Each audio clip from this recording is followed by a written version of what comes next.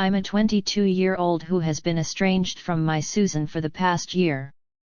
Our fallout began after I graduated from college last year and had been living at home while job hunting and planning my next steps.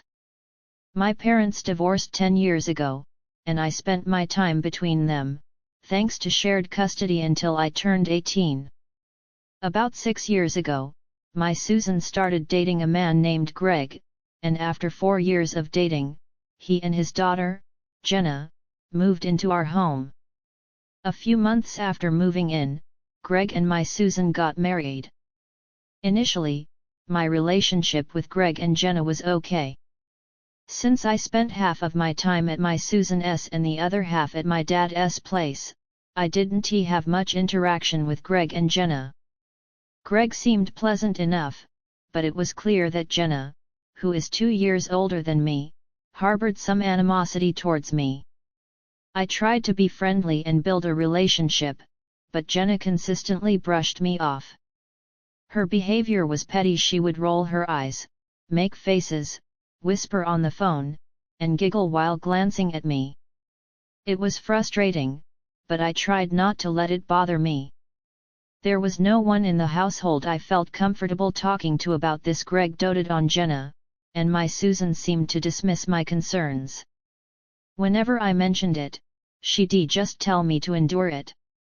My Robert occasionally offered to speak to my Susan or Greg on my behalf, but I declined, feeling it wasn't worth it. Jenna could easily deny everything, making me seem petty and immature. Throughout college, I lived with my Susan and stepdad for practical reasons. My Susan's house was in the city, close to everything, while my dad had moved to the suburbs. I stayed with my Susan during college and visited my dad occasionally. After graduation, I moved in with my Susan until I found a job and saved enough to afford my own place. I wanted to be independent, and my Susan was fine with it. For a while, everything seemed fine, but then Jenna announced she was pregnant. She had been with her boyfriend for 2 years, and they decided to keep the baby and get married after the baby was born. Everyone, especially Greg, was thrilled. I congratulated Jenna, but just 3 days after her announcement, my Susan and Greg told me I had to move out. I was confused because the baby was still 9 months away, and I didn't understand why they needed me to leave so soon. They explained that they wanted to have everything sorted out before the baby arrived and everyone got busy. I tried to negotiate, asking for a couple of months to find a place. I was already searching and planning to move out as soon as I had saved enough money, but Greg grew irritated. He said it wasn't open for discussion, and I had to leave. He argued that there wasn't enough room and they needed space for his real daughter and the grandchild. His words cut deep. It felt like, because I wasn't his biological daughter, I didn't matter.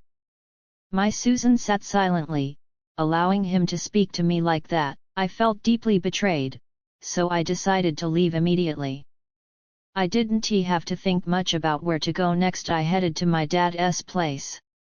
I've always been closer to my dad, who had supported me through college and covered all my expenses. My Susan had contributed until I turned 18, but after that, my dad took over. When I told my dad what happened, he was furious, but there was nothing we could do. He welcomed me to stay with him for as long as I needed. I stayed with him for a couple of months, working hard and saving money. As soon as I had enough, I got my own apartment. My dad was supportive throughout the process, even helping me financially after I moved out. For the past few months, I've been independent, but I still visit my dad every weekend, despite the long drive. It's worth it to me. Neither my Robert nor I have had any contact with my Susan since I left, and I've focused on building my own life. That changed a couple of days ago when my Susan and Greg showed up at my apartment in a dire state. Their clothes were in tatters, barely more than rags, and they looked like they hadn't showered or slept for days. When I saw them through the peephole, I decided not to open the door. They were there to ask for something, and I wasn't ready to offer it. I spoke to them through the door, asking why they were there. They begged me to let them in, but I refused. They would have to tell me what they wanted from outside. My Susan then revealed that they had been homeless for the past few weeks and needed my help. I was shocked because, as far as I knew, my Susan owned the house we used to live in. Her parents had bought it for her, and her name was on the deed. I couldn't understand how she had lost it until she explained. While Jenna was pregnant, she manipulated her parents into transferring all their assets to her, including the house. Jenna's boyfriend's wealthy family had doubts about her intentions, suspecting she was trying to baby trap their son. To counteract this, Jenna and her boyfriend planned to show his parents that everything belonged to Jenna and that she had no reason to trap him for money. They convinced my Susan to transfer ownership of the house to Jenna, despite her repeated assurances that it wouldn't make a difference because we'd all still be living together. A month ago, Jenna got married. The wedding wasn't as grand as they expected, which was odd since her in-laws were supposedly wealthy. The budget was only $75,000, which seemed modest given their supposed financial status. Jenna claimed her in-laws were covering post-wedding expenses like the honeymoon, and her explanation was that she wanted a small wedding. 2 weeks after the wedding, my mom and I returned home from a visit to a friend to find all our belongings packed in boxes on the porch. We rang the doorbell, but no one answered for about 10 minutes. When my mom tried to unlock the door, she realized the lock had been changed. Eventually, Jenna and her boyfriend answered and told us they wanted the house to themselves for privacy as newlyweds. When my mom asked why they couldn't get their own place, given the wealth of Jenna's in-laws, Jenna revealed that they weren't wealthy. She had manipulated us into transferring all the assets to her, leaving us with nothing. Jenna's deception had worked, and now that they no longer needed us around, we were forced to leave. They stayed in a hotel briefly but couldn't afford it long-term and began looking for apartments, which were out of their budget. They had quit their jobs a few months ago to start their own business, which hadn't yet taken off. Their social media-based sales were insufficient, and they faced a tough choice: buy food and keep their business afloat or pay for high rent. They ended up spending their nights in a park known for homeless people. A couple of days ago, they saw me walking into my building and decided to ask for my help. I felt a pang of guilt for their suffering, but I couldn't help them financially. I was barely managing to pay my rent and had no extra money to spare. When they started yelling at me, calling me heartless and selfish, I was taken aback. Despite their past treatment of me, they felt entitled to my help. I tried to remain firm, telling them they had no right to expect anything from me given how they had treated me. They left angrily, and I didn't hear from them again for a while. Over the next few days, I felt guilty seeing their desperate state in the park. I decided to extend a temporary offer of help.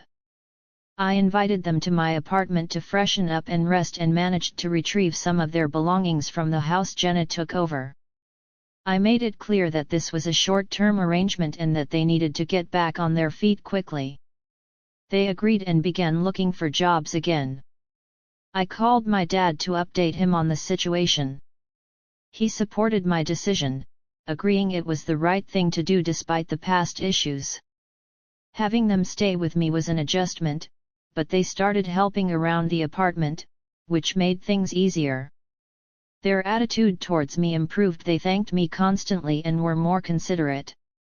While I hadn't fully forgiven them, I was trying to rebuild our relationship.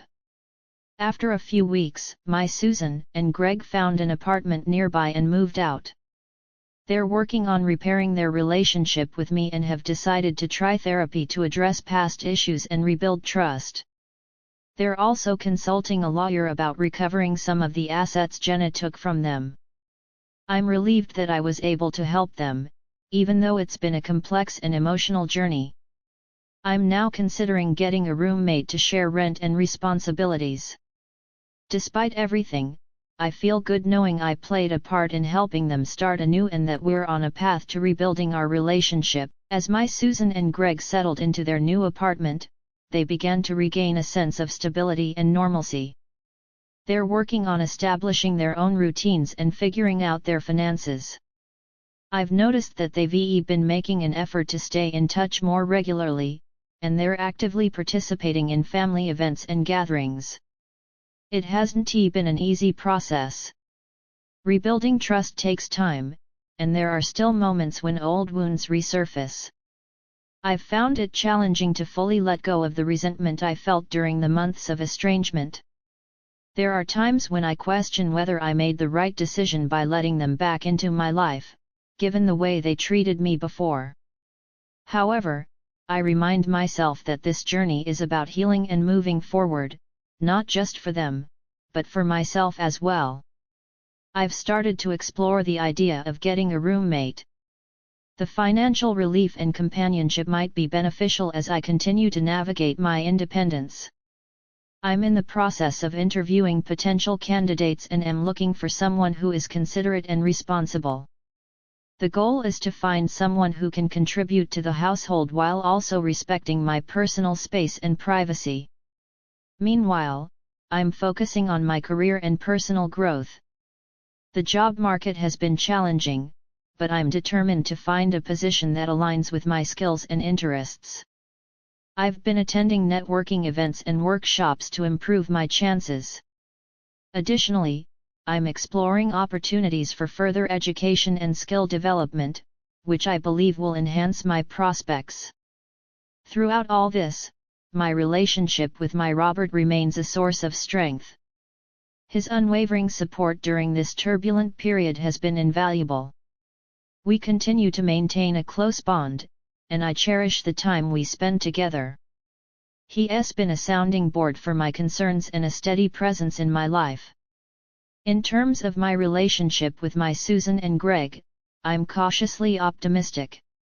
I'm hopeful that the therapy sessions will help them address the issues that led to our estrangement and improve their overall well-being.